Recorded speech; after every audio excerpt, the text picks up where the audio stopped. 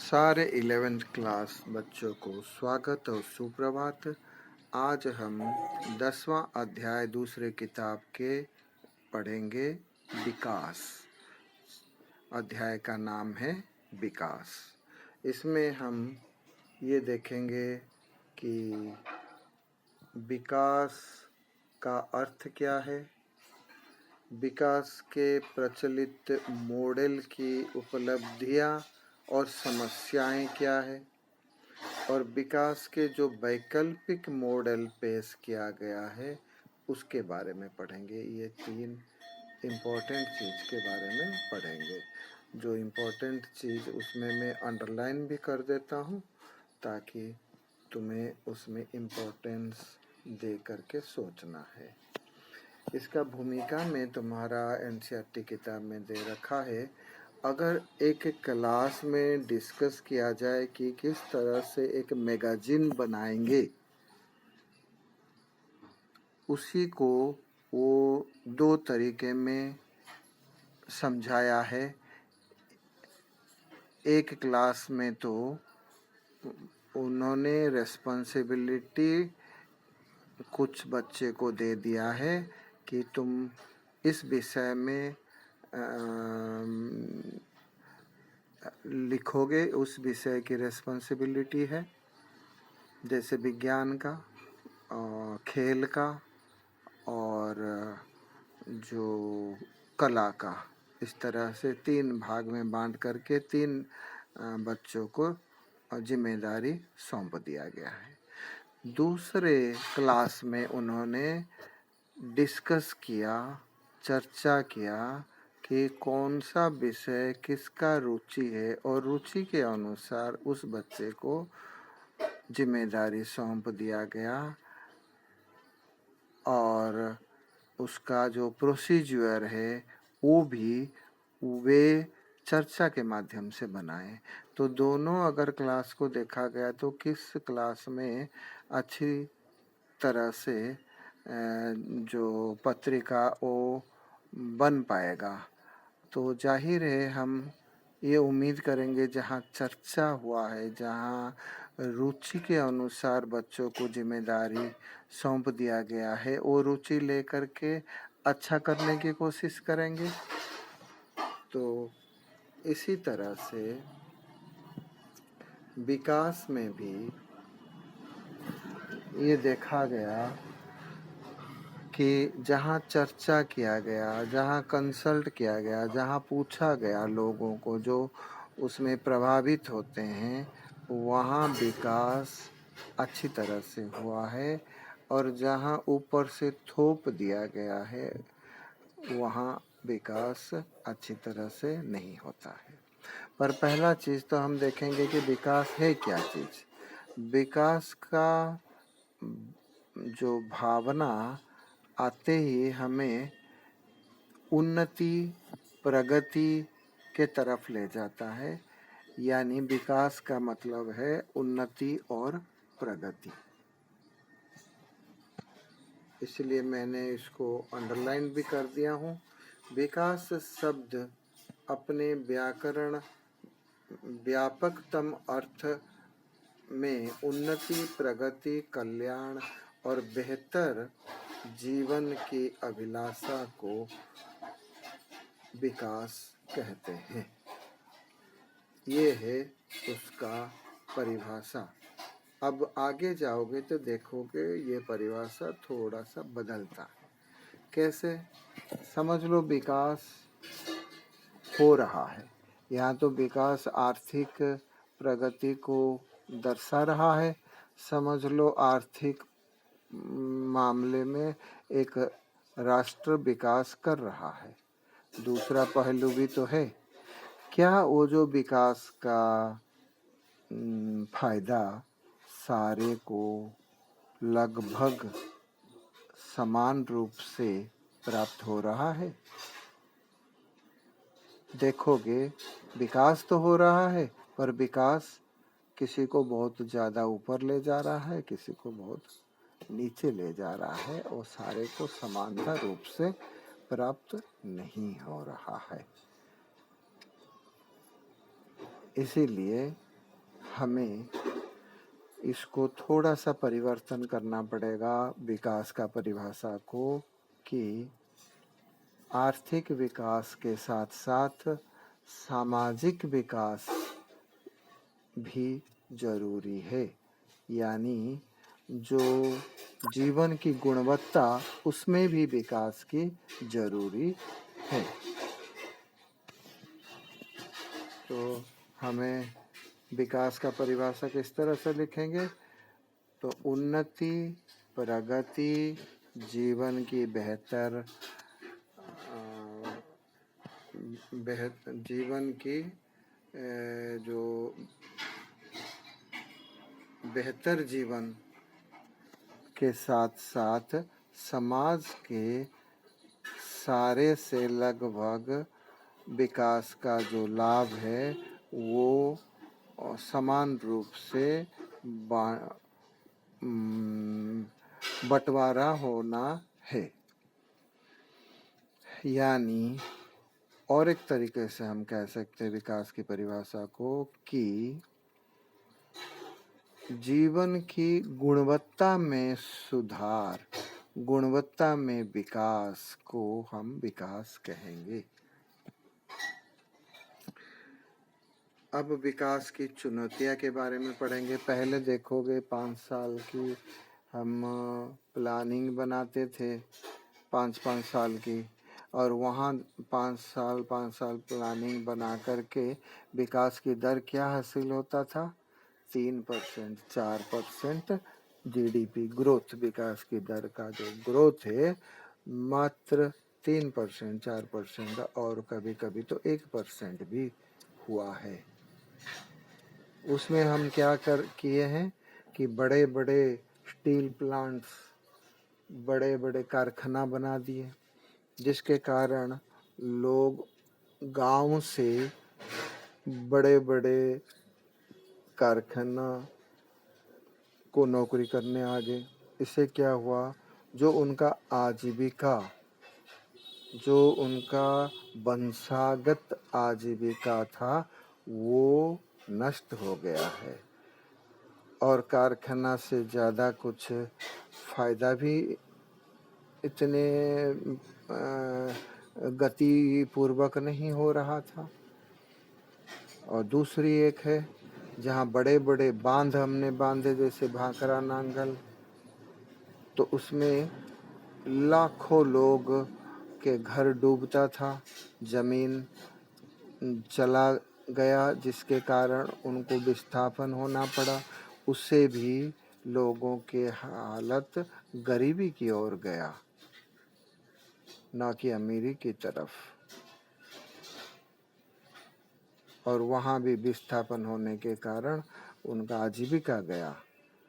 और वो जो परंपरागत उनका जो स्किल है, परंपरागत जो जिससे आजीविका वो हासिल किए थे, वो भी नष्ट हो गया है। तो ये सारे हमारा चुनौतियां हैं, फेलियर हैं, जिसको हम चिंता करने के बाद ये निष्कर्ष निकालें कि बड़े बड़े बांध के जगह छोटे छोटे बांध ज़्यादा फायदेमंद है, किसी को विस्थापन नहीं करता है, और उनको मैनेज करना भी आसान है, और छोटे बांध से फ़ायदा ही फ़ायदा होता है। हाँ, बड़े बांध अगर थोड़े लोगों को विस्थापन करें और थोड़े लोगों को हम आजीविका दें, तब तो वो समाज के लिए हितकारक है। अगर बहुत लोग, लाखों लोगों को विस्थापन करें, तो फिर वो हमें सोचना चाहिए, उसको अल्टरनेटिव के लिए हमें सोचना चाहिए। आगे बढ़ते हैं।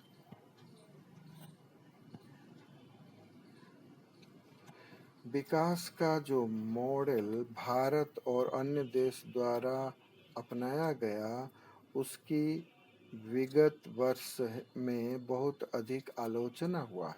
इसीलिए उसके ऊपर आलोचना हुआ है, और इसके विकास के लक्ष्य और प्रक्रिया के बारे में कुछ पुनर्विचार करने के लिए प्रेरित किया है। इसीलिए वो पुनर्विचार किए हैं। क्या पुनर्विचार किए हैं?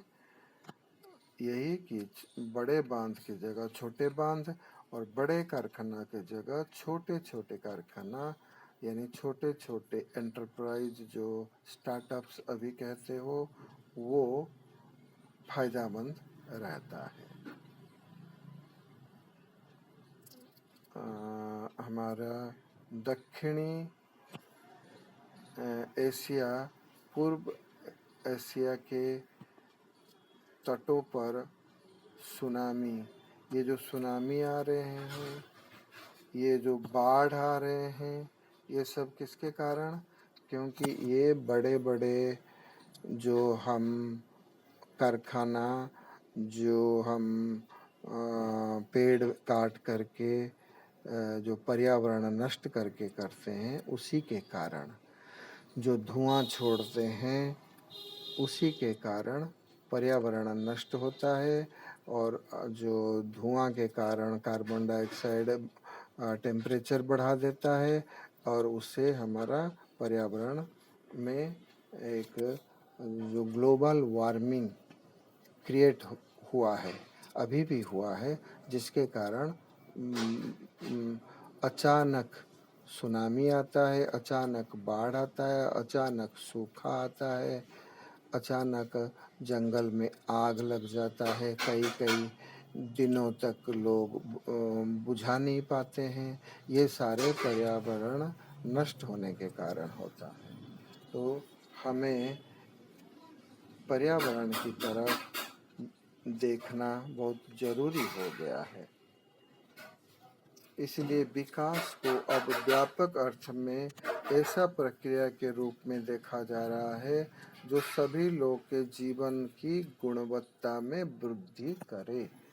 पहले हमने विकास को क्या कह रहे थे कि उन्नति, प्रगति और जीवन में वृद्धि को विकास कहते हैं। पर ये सारे चुनौतियां देखने के बाद हम विकास को अभी किस तरह से परिभाषित करेंगे? जीवन की, अगर हमारे जीवन की गुणवत्ता में वृद्धि करे तो उसको हम विकास कहेंगे।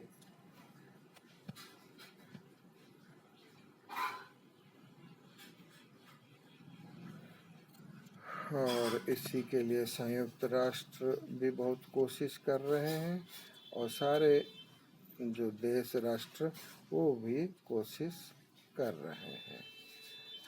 और इसीलिए हमारा जो नारा है, रोटी कपड़ा मकान, गरीबी हटाओ, बिजली सड़क और पानी जैसे लोकप्रिय नारा ये बहुत लोकप्रिय हो रहा है और इसको हमें अपनाना भी चाहिए।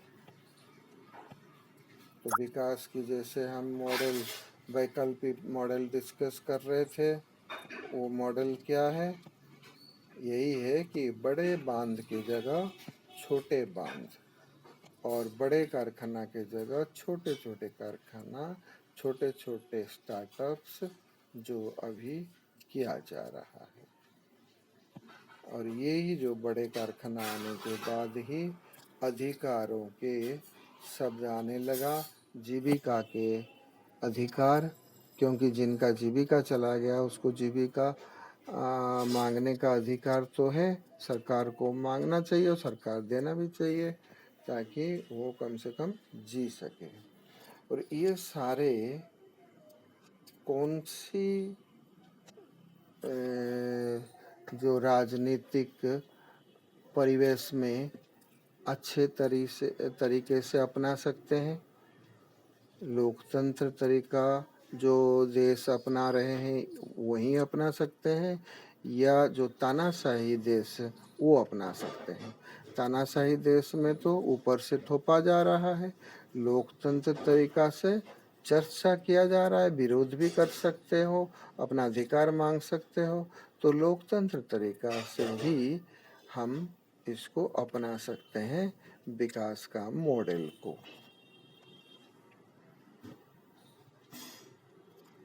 लोकतंत्र और तानाशाही के बीच यही अंतर है कि लोकतंत्र में संसाधन को लेकर विरोध या बेहतर जीवन के बारे में विभिन्न विचारों के द्वंद्व का हल विचार विमर्श और सभी के अधिकारों के प्रति सम्मान के जरिए होता है। उन्हें ऊपर से थोपा नहीं जा सकता है। तो ये लोकतंत्र के तरीका से अच्छी तरह से हो सकता है विकास। लोकतंत्र और विकास दोनों को सरोकार आम बेहतरी हासिल करना है। सवाल सबकी बेहतरी किस्म में इसका निर्धारण कैसे हो? तो लोकतंत्र तरीका अपनाना चाहिए और लोकतंत्र तरीका में परामर्श किया जाता है, चर्चा किया जाता है योजना के बारे में, योजना का पहले और योजना के बाद में भी। तो ये रहा तुम्हारे जो विकास के बारे में, और इसका निष्कर्ष में हमें दिया गया है कि बड़े सुधार को प्रभावी बनाने के लिए बड़ी परियोजना ही एकमात्र तरीका नहीं है। बड़े बांधों के विरोधियों ने छोटे बांध की वकालत की है, जिसमें बहुत कम निवेश की जरूरत है और विस्थापन मामूली होता है। ऐसे छोटे बांध स्थानीय आबादी के लिए अधिक फायदेमंद हो सकते हैं। तो बड़े बांध के जगह छोटे बांध ज़्यादा फायदेमंद देखा गया है। बड़े बांध तो कर सकते हैं, पर छोटे बांध ज़्यादा फायदेमंद। छोटे छोटे एंटरप्राइज, स्टार्टअप्स, कारखाने ज़्यादा फायदेमंद देखा गया है, क्योंकि उसे कोई भी खोल सकता है। विकास की किसी की आज़ादी में बढ़ोतरी के प्रक्रिया है और लोगों को निष्क्रिय उपभोक्ता पर नहीं मानकर विकास लक्ष्यों को क्रिया भागीदार बनाते हैं। लोकतंत्र में सक्रिय बना देता है, क्योंकि चर्चा होता है, आलोचना होता है और उसी के माध्यम से हल निकालते हैं, इसलिए लोगों को सक्रिय बना देता है। निष्कर्ष यानी जो मेन पॉइंट्स में लिखा हुआ है, विकास का विचार बेहतर जीवन की कामना से जुड़ा है। अभी लास्ट में हम विकास का परिभाषा क्या लेके आए?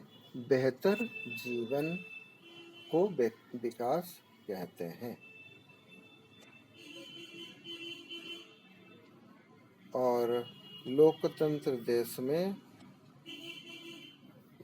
इसको चर्चा के माध्यम से करते हैं, इसलिए विकास में न्यायपूर्ण, टिकाऊ और लोकतंत्र मॉडल की बहुस्तरीय खोज जारी है। इस प्रक्रिया से राजनीतिक सिद्धांत की समानता, लोकतंत्र और अधिकार जैसे संकल्पनाओं की पुनर्व्याख्या हुई है। तो लोकतंत्र का जो देश है उसमें ये मूल्य का वृद्धि करता है, विकास भी होता है और ये सही तरीका माना गया है। अब हम आगे आएंगे उसके प्रश्नावली पे। प्रश्न में ये पूछा, आप विकास किससे समझते हैं? तो विकास को हमने बताए हैं कि उन्नति, प्रगति और जीवन का जो स्तर को ऊंचा करने के लिए विकास समझा गया है। उसके बाद हमें विकास का परिभाषा बदलना पड़ा। जीवन की गुणवत्ता को बढ़ाने के लिए या गुणवत्ता स्तर को बढ़ाने के लिए विकास कहा गया है।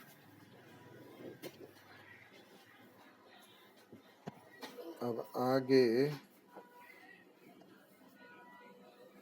हम अगर दूसरे क्वेश्चन पे आएंगे।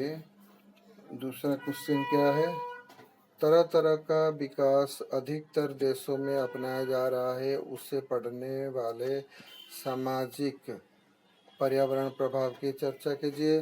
समाज में ये होता कि जिस विकास अगर सही तरीके से डिस्ट्रीब्यूट नहीं हुआ है, विकास का लाभ को अगर समान रूप से बांट न दिया गया है, तो जो धनी हैं, जो रिच है, रिच पीपल, वो रिच होते जा रहे हैं और जो गरीब है वो गरीब होते जाते हैं।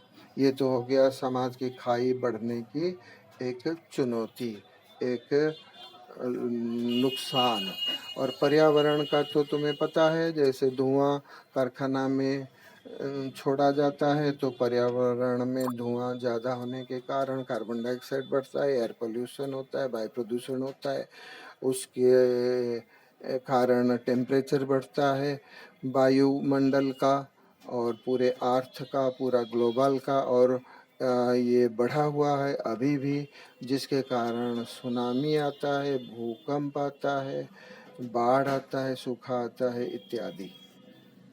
ये सारे चुनौतियाँ है।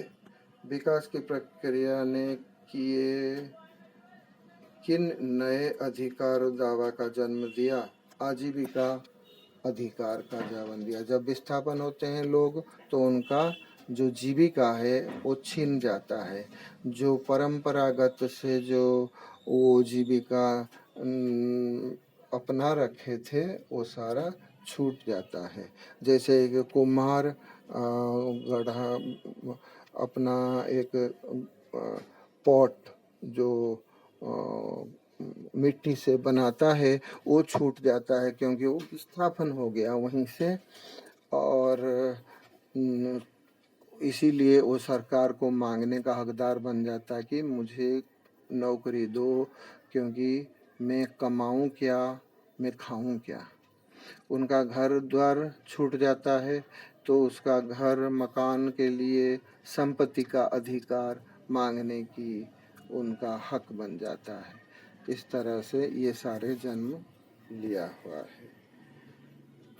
विकास के बारे में निर्णय सामान्य हितों को बढ़ावा देने के लिए किया गया। अन्य प्रकार की सरकार की अपेक्षा लोकतंत्र व्यवस्था में चर्चा किया जाता है, आलोचना भी कर सकते हो। पर जो दूसरे तंत्र है, जैसे तानाशाही, जो सोशलिज्म जैसे चाइना, वहाँ तुम आलोचना नहीं कर सकते हो, प्रेस का फ्रीडम नहीं है, चर्चा नहीं किया जाता, ऊपर से थोपा जाता है। तो वो मूल्य का वृद्धि नहीं कराता है लोगों का, पर लोकतंत्र में मूल्य का वृद्धि करता है। और ये 5वां तुम्हें अपने आप करने के लिए दे दिया गया है। अब मेरे ख्याल में तुम्हें पूरे चैप्टर समझ में आ गया होगा और उसके जो क्वेश्चन आंसर भी समझ में आ गया होगा। उसको जितने बार समझ में आने की तुम्हें इच्छा है तो उतनी बार उसको सुनो और वो पढ़ो और उसके उत्तर लिखो, मेन पॉइंट्स भी लिखो। और इसी वीडियो के नीचे जो रेड इंक में सब्सक्राइब लिखा है उसको क्लिक करो तो तुम्हें आसानी से ये सारे फ्री ऑफ कॉस्ट मिल जाएगी। जो भी चैप्टर बनेगी तो वहाँ एक बेल का आइकन है, बेल का आइकन में तुम क्लिक करो तो नोटिफिकेशन भी तुम्हें चला जाएगा कि हाँ चैप्टर बन रही है और आने वाला है नया, जो भी तुम्हारा क्लास के चैप्टर बनेगी। और तुम सजेशन भी दे सकते हो। तो इसी तरह से सारे को शुभकामना परीक्षा के लिए। तुम्हें तो सारे को पता होगा पहला सेमेस्टर में 6 चैप्टर्स ही आ रहे हैं, पहला बुक का 3 और इस बुक का 3। तो सारे सब्सक्राइब की बटन दबाइए और वो अपना वीडियो देख करके प्रिपेयर कीजिए। धन्यवाद।